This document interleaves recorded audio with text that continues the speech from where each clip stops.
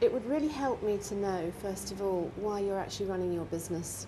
I mean, what's the grand plan? What's the life vision? What do you want out of it? You know, is it to sort of grow it and float it, or just to be comfortable, or because it kind of gives me a sense of how big you want things to be, or if you're just happy just to have a nice, profitable business and lots of time to go on holiday or whatever. Well, I think it's definitely more than a lifestyle business. I don't want to grow it just to make a comfortable life. What really inspires me, obviously, is the creative side, and seeing the business side flourish as much as seeing the creative side flourish. So what is, if I said what's success, you know, what is that? How many staff, what turnover, what profitability? For Brights Creative, yeah. the vision really has been to have a team of maybe about 20 people, okay, where we're profitable, we have some good clients, but also there's a really good creative vibe about the agency. Right. That people are happy, that the workforce is happy and comfortable, and so in that sense, lifestyle and working conditions are really important. So put that into money terms for me. I mean, what kind of turnover is that and profitability? I'd really like to be turning over £1 million, probably somewhere between £2 and £3 million turnover. Right. Would be nice.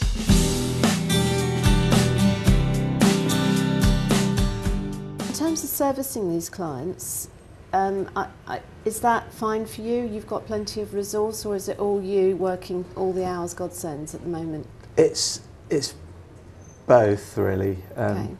So we peak and trough a little bit, but when we're really busy, I find that I'm doing, well, James as well, but that we can be so busy doing that it's very difficult to find the balance to think about further marketing activity, right, and winning, you know, pitching for new business and winning new business. We often find that it's very much striking that balance, and so at the moment. So you're working in the business, not on the business, most of the time. Yes. Because there's a big difference. Yeah. If you've read the E-Myth book by Michael Gerber. No, I haven't. Where he talks about it's very easy as an entrepreneur to get sucked into doing everything. Yeah. So you're working in the business as opposed to on the business, developing it and growing it and being strategic and putting systems in place as a platform for future growth. And so it's a sort of, it's a kind of trap that most entrepreneurs fall into. But then if you enjoy the doing bit of it, then kind of, you know, you need to sort of put a structure around that can support it.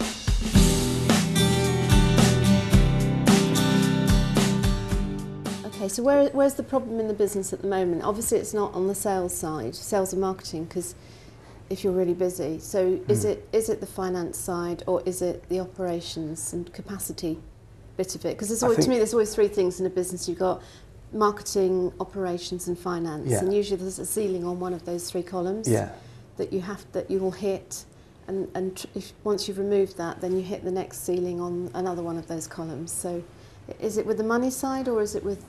I'd say it's money and it's operations.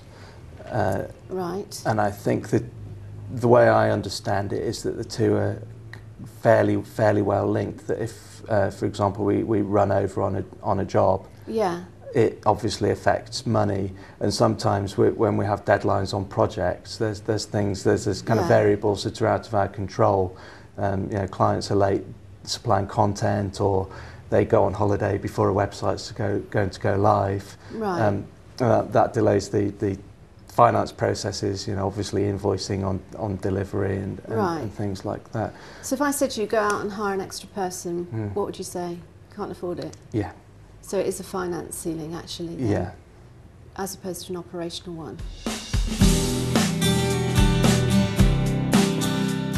I hire an accountant as an external resource. I realised that the cash flow things, in some ways, although I had quite a broad handle on it, I hadn't been as specific as to sit down and do spreadsheets. And fairly recently, I realised that that's pretty important.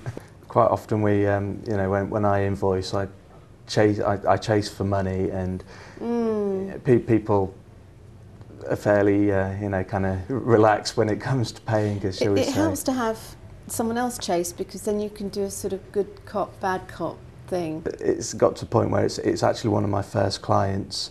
Yeah. They're struggling. They owe us a relatively small amount of money, Yeah. but it would be useful to have it, and it feels important to me that that issue is resolved, because it's been a long time. It's certainly something I'd consider. The finance thing, it's, if you had a much stronger financial position, you'd be able to grow the business a lot faster, because it sounds like that's what's holding you back. I agree. I feel quite often there's times perhaps when we procrastinate making decisions because we haven't got the money. Because the problem is, if you're in a business and you have got cash flow problems, or you just are underfunded, you sort of become so hung up on cost that you kind of lose sight of value. And I see it in so many businesses. They start scrimping, and you know, everything kind of goes out the window. And so, as you say, even things which would really, really add value and help you accelerate, you don't do. And it kind of makes for quite a frustrating business. So it might be worth, if you've got all this business and all this growth and all this potential, it might be worth sorting that, you know, blowing the lid off that finance ceiling so that you can really take the business forward.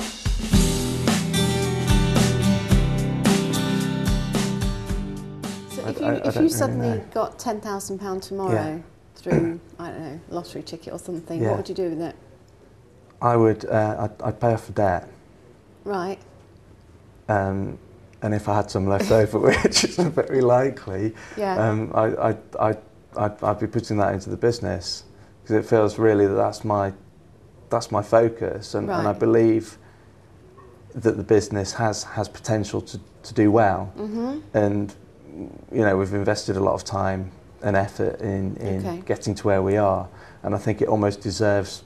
Yes. It deserves that boost. Because it's interesting hearing you talk, because there's no fun in there. Do you know what I mean? There's like, I say, okay, so here's 10 grand, now here's 50 grand, here's 100 grand, here's £1 million, and it's there's no kind of, right, I'm going on holiday, I'm going to buy that Maserati or whatever, that kind of fun. Yeah, and I sort of feel like I've got into the mode of, oh, you know, it's got to be really sensible, and you know, I've got to manage the cash, and I've got to be really frugal with it. And yeah, no, I would definitely say to you, do a bit of mind work around that, and sort of visualisation of you know, all the things you're going to do. So going back to the thing I first said at the very beginning, have it really defining why you're running this business and what you want out of it in terms of specific money, because it was interesting that you didn't give me any specifics. So it was almost like, you know, as long as we're profitable, any profit will be enough. Whereas being really specific and saying I want to be making £500,000 profit in 3 years' time. Sounds great. Does that help? That's amazing, thank you. Good.